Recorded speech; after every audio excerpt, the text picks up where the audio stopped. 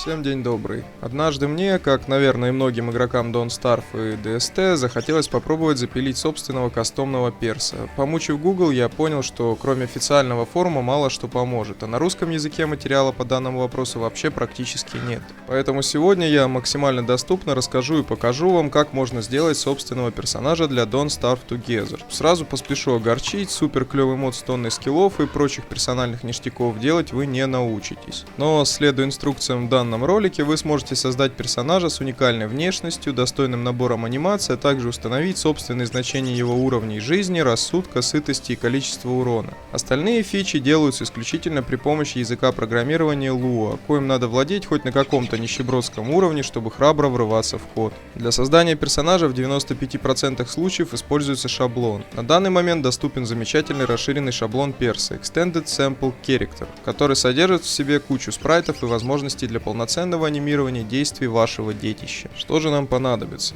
Собственно, шаблон, соответствующий игре. Для DS и DST они разные. На момент записи ролика версия для базовой DS и DS Reign of Giants 1.0.3, а для DST 1.1.3. Шаблон для DST поддерживает и Reign of Giants для DST. Don't Starve Mod Tools — это щедро предоставленный разработчиками инструментарий для моддинга, который можно бесплатно скачать в Steam. Как это сделать, я объясню позже. Третье — это программа для работы с графикой, которая поддерживает прозрачный фон, такие как Photoshop, GIMP, PaintNet и прочие. Текстовый редактор. Рекомендуется Notepad++, который весьма помогает в работе. Пятое — это программка TextTools, которая пригодится для конвертации иконки мода. Ну и желательно наличие самой игры в Steam, если кто-то не догадался. Ссылки на скачивание всего этого добра я приведу под видео. Позже я, наверное, соберу один целый архив и залью его в своей группе ВКонтакте.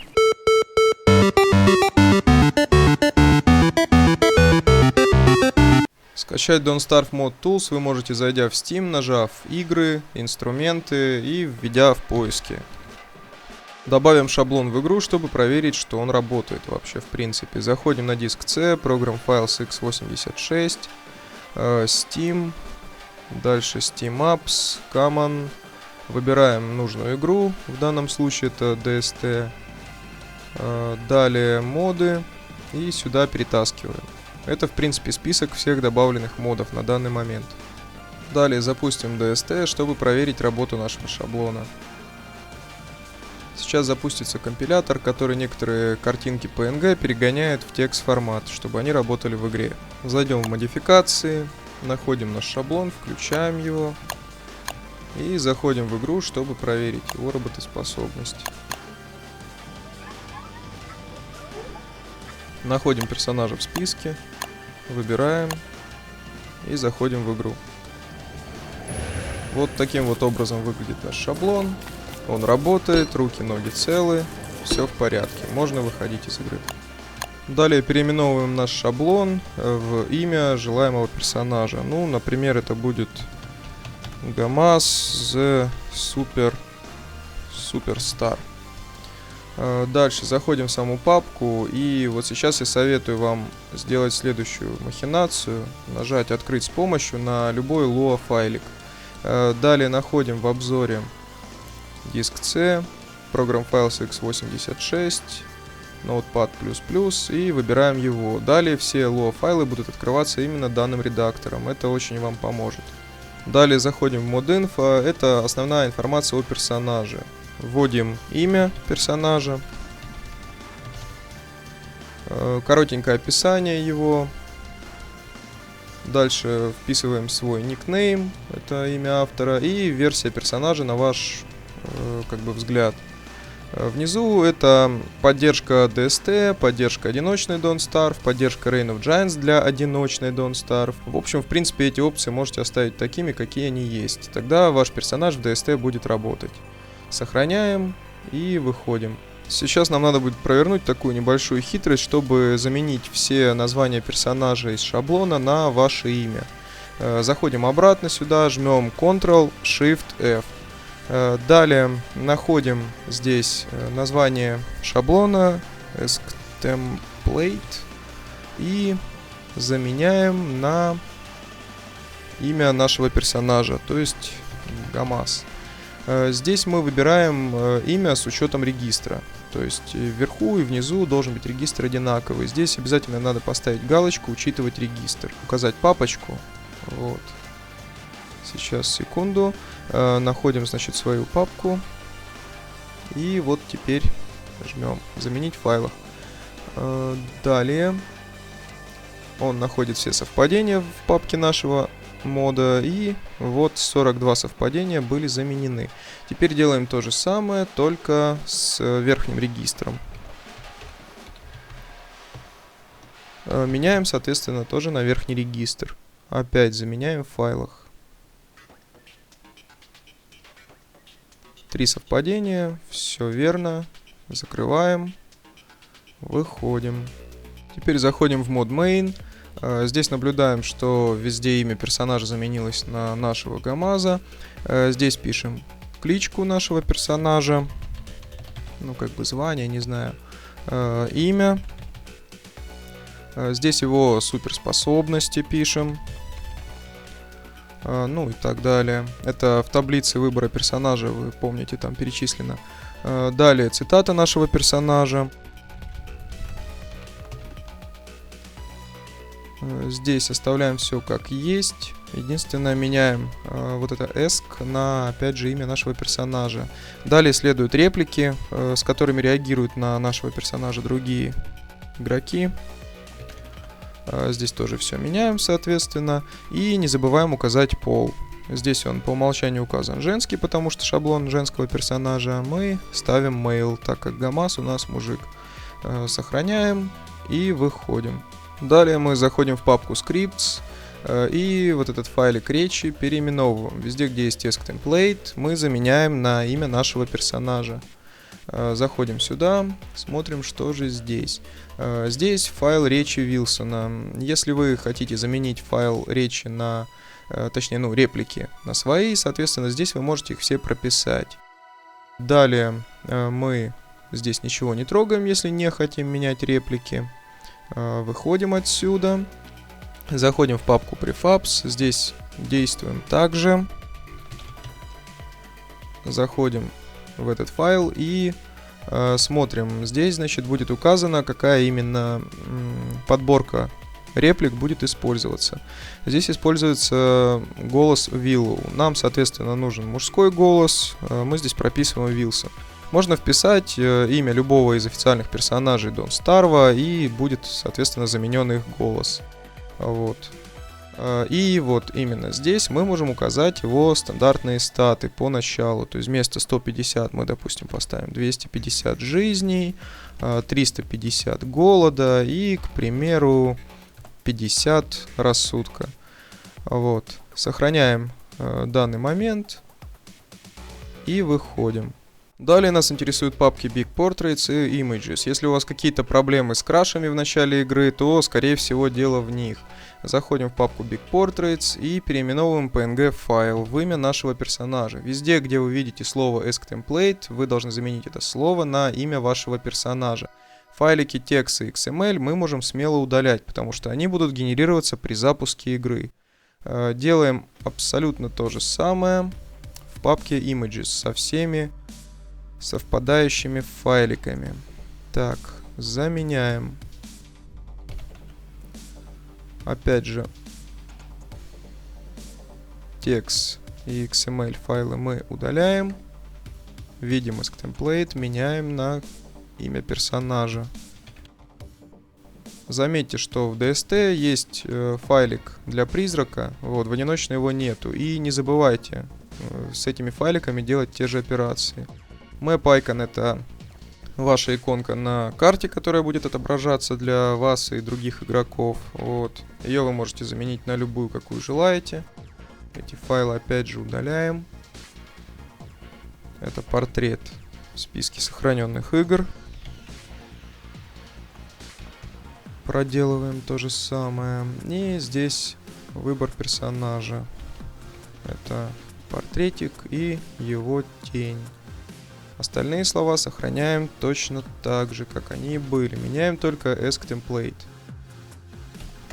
Эти файлы удаляем. Все, с этим все ясно. Продолжаем. Далее заходим в папку Exported. Здесь проделываем ту же операцию, переименовываем везде слово Xtemplate в имя вашего персонажа. Это одна из, в принципе, самых важных папок для замены текстур персонажа, потому что здесь хранятся все части спрайта вашего персонажа. Вот мы смотрим здесь, значит, верхняя часть рук, лица и все прочее. Вот этот файлик мы тоже переименовываем. Этот файлик это как бы собранное воедино тело вашего персонажа. Архив тоже переименовываем, но на самом деле он, по идее, потом скомпилируется. Зайдем, допустим, в лицо и откроем его с помощью фотошопа. Здесь я уже заготовил нам новое лицо для персонажа. Вот, берем и заменяем. Смотрим примерно, чтобы оно совпадало по высоте, то есть чтобы смотрелось в игре нормально. На самом деле потом это придется достаточно много раз редактировать, поэтому сильно не напрягайтесь в этом плане. Удаляем старый слой и сохраняем. Сохраняем Face 01. Теперь в игре мы заметим некоторую перемену. Закрываем это дело. Вот. Значит, заходим в следующие папки. Это, значит, очищенные части. Если вам, допустим, не нужен хвост или еще что-то, вы берете, копируете отсюда картиночку и вставляете, соответственно, в папку вашего персонажа. Здесь картиночки для вашего призрака. То же самое все. Заменяем здесь имя всех этих темплейтов. А вот здесь картинки вашего призрака. Вот. Выходим. Это все дело мы сохранили. Вроде бы ничего не забыли. Продолжаем. Чтобы проверить то, что мы изменили во внешности нашего персонажа, не обязательно заходить в саму игру. Мы можем зайти обратно в папку и открыть данный файлик SCML. Жмем, значит, открыть с помощью и выбираем программу. Нам нужно указать путь до спрайтера. Для этого мы заходим на наш диск C, Program Files x86, Steam Apps привычный, Common, но теперь нам нужна вот эта папка. Если вы помните, мы скачивали Don't Starve Mod Tools. Заходим сюда, Mod Tools и выбираем спрайтер. И вот, собственно, эта программка. Теперь берем и открываем нашу SCML модельку. Открывается программа, и здесь мы можем с вами наблюдать то, как в игре будет выглядеть наш персонаж. Естественно, надо это все дело настраивать, чтобы выглядело более-менее годно. Но принцип вы поняли. Вот так будет в игре выглядеть наш перс. Это можно закрыть и можно, в принципе, продолжать. Теперь заходим в папку Anim. Здесь оба этих архива мы можем смело удалять, потому что они при запуске игры должны компилироваться. Но на самом деле я столкнулся с такой проблемой, что для DST они почему-то автоматически компилироваться у меня не хотели. Поэтому чуть позже я покажу, как вручную можно их скомпилировать, чтобы все работало и ничего не крашилось. Теперь самое важное. Мы должны проверить, что мы ничего не упустили. Заходим в папку Anim, она пуста. Big Portraits, все переименовано. Exported, здесь тоже, соответственно, все переименовано. Прочесываем очень внимательно, потому что если вы что-то забудете, это обязательно приведет к крашу. Так, папка Images, ГАМАЗ, все верно. Здесь тоже все верно. Так, Scripts, все вроде бы в порядке. Так, Mod Icon я рекомендовал бы вам, в принципе, не переименовывать. Вы можете этот PNG файлик заменить на любой другой, какой хотите. Ну, допустим, сделаем Mod Icon следующим, да. Вот, в принципе, этого достаточно, чтобы поменять иконку. Остальные картиночки, я думаю, вы тоже разберетесь, в принципе, как заменять. Для того, чтобы новый Mod Icon как бы вступил в силу, нам нужно сгенерировать вот такой вот текст-файлик.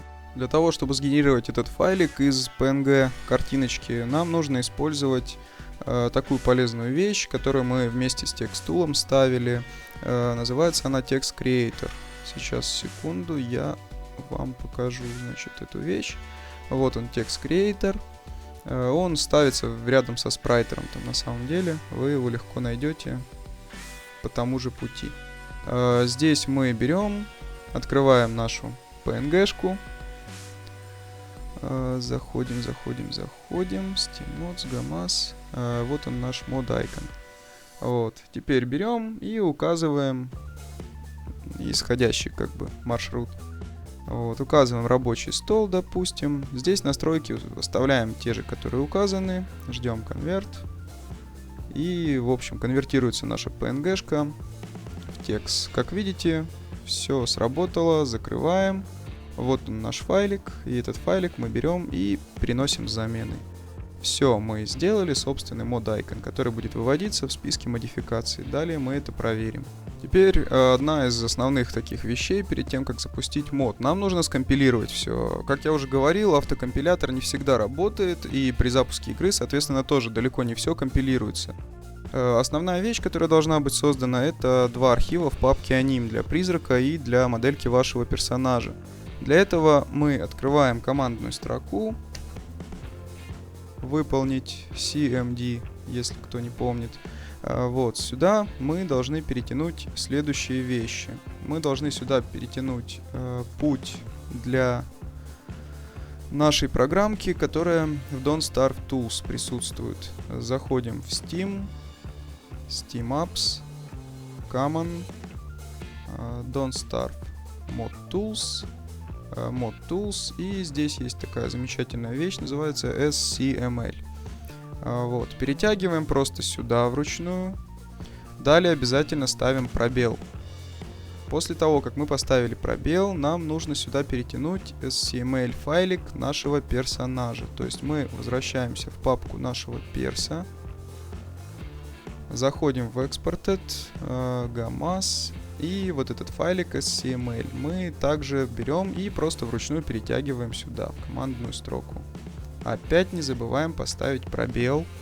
И на этот раз указываем путь просто к папке самого мода. То есть берем вот так вот GAMAS The Superstar и перетягиваем сюда. Далее жмем Enter. И сейчас все это дело создается. Проверим, создадутся ли наши нужные два архива. Возможно, я, конечно, что-то перепутал. Нет, все в порядке. Вот, как мы видим, создается атлас нашего персонажа. Сам персонаж создался. Далее, что нам нужно сделать далее? Далее надо сделать то же самое, только для призрака. Как бы в DST, да, нужно немножко больше работы проделать. Теперь снова заходим на диск C, Program Files. Ну, на самом деле, как бы, можно было бы это сделать попроще. Ну ладно, я вам покажу пошагово. Так, Steam, Steam Apps, Common, Mod Tools, SCML. Внимание, пробел. Теперь снова идем в папку нашего мода. Заходим в Exported, но на этот раз в Ghost, GAMAS Build. Здесь перетягиваем наш SCML файлик, пробел. И опять ту же самую ссылку просто на наш мод, на папку нашей модификации. Опять жмем Enter и ждем, пока сгенерируется наш архивчик с анимацией нашего персонажа. Вот, и создастся его атлас. В данном случае атлас для призрака. Обязательно дожидаемся и смотрим, что все на месте. Вот, все, два архива созданы, все как надо. Проверим остальные папочки. Тут вроде все в порядке. На этом, в принципе, все. Проверим, что у нас получилось. Заходим в модификации. Включаем мод. Видим, описание поменялось. Автора я не менял. Подтверждаем. Запускаем игру.